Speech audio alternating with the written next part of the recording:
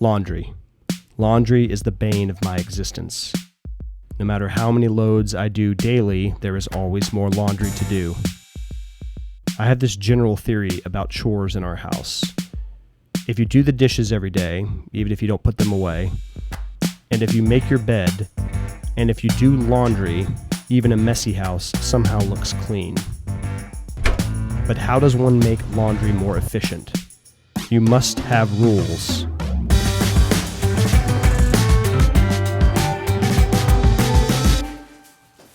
The issue with our laundry room is this. It's not really a room, it's actually a hallway that connects the garage to the inside of the house. As such, we have to institute some rules for our laundry room. Number one being, keep the floor clean. There are 3 items allowed on the floor: this carpet, and this hamper. We also have this coat rack from IKEA that we hang all the coats on to keep them off the floor, and it actually makes it more convenient to grab them as you walk out the door. We have a Dyson vacuum cleaner that hangs on the wall behind the door, and all the extra attachments go in this old shower basket. This is acceptable, unacceptable. Acceptable, unacceptable. Acceptable, unacceptable. Have you ever tried to bring in groceries while holding a kid with a bunch of stuff in your way? It's nearly impossible. Rule 2, keep the tops clear. We have a top-loading washing machine. They hold more than a front loader. They're easy to fix. The knobs and switches are intuitive and easy to use. And because we like durability, we have a Maytag. Maytag washers and dryers are a lot like Newton here. Faithful, dependable. Year after year, hardly a complaint. There is one difference between Newton and Maytag. Newton needs me. Maytag. The dependability people. Things cannot be left on the washer for obvious reasons. In terms of items on top of the dryer, well, this is the general rule. This is acceptable, unacceptable. Acceptable, unacceptable. Acceptable, unacceptable. The reasoning behind this is pretty obvious. If there are items sitting on top of the dryer, they potentially impede our ability to remove the lint from the lint trap. This is both acceptable and aesthetically pleasing. Rule number 3, keep the baskets organized.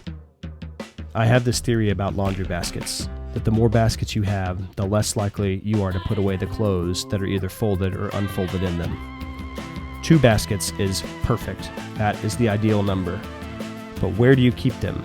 This obviously breaks rule 1, and this right here is breaking rule 2. I had this idea to build shelves above the door and store the baskets up there, but Ashley said that would be hideous. I had another idea to hang them on the wall, but obviously the cabinet door would not open properly. The solution presented itself with these hooks and these collapsible baskets.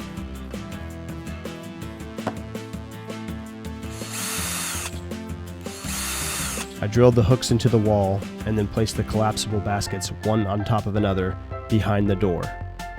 The door stop prevents the door from actually coming in contact with the baskets.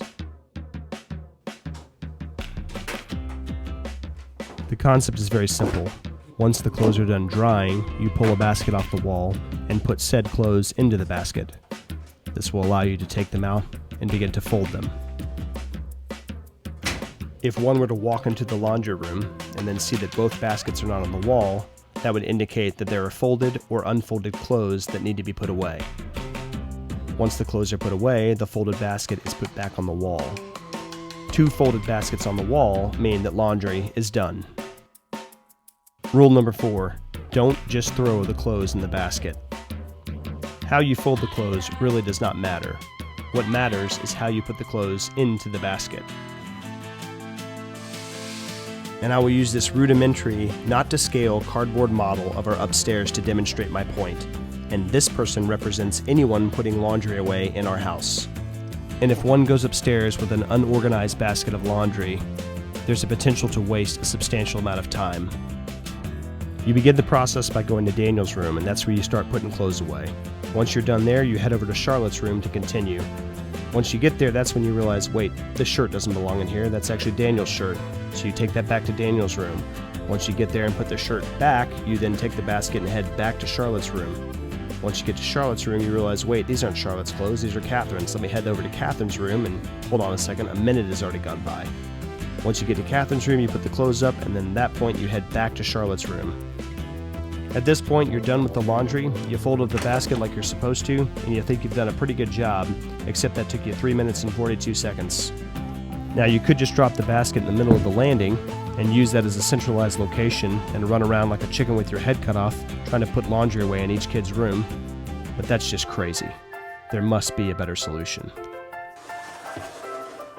The solution is simple. You mentally divide the basket into 3 sections, one for each kid. And using Daniel's dresser as an example, you then stack the clothes in his section in the same manner that they are put away in the drawer. Now let's start the timer.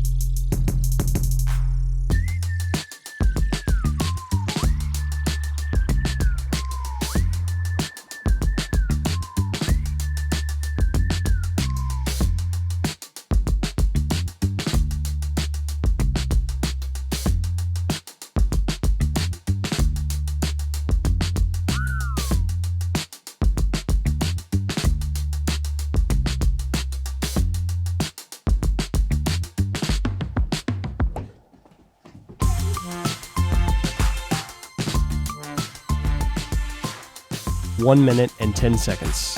That is a whole 2.5 minutes quicker.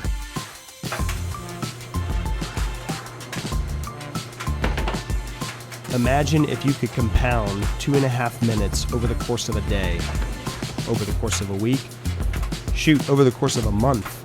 That is a lot of relaxation.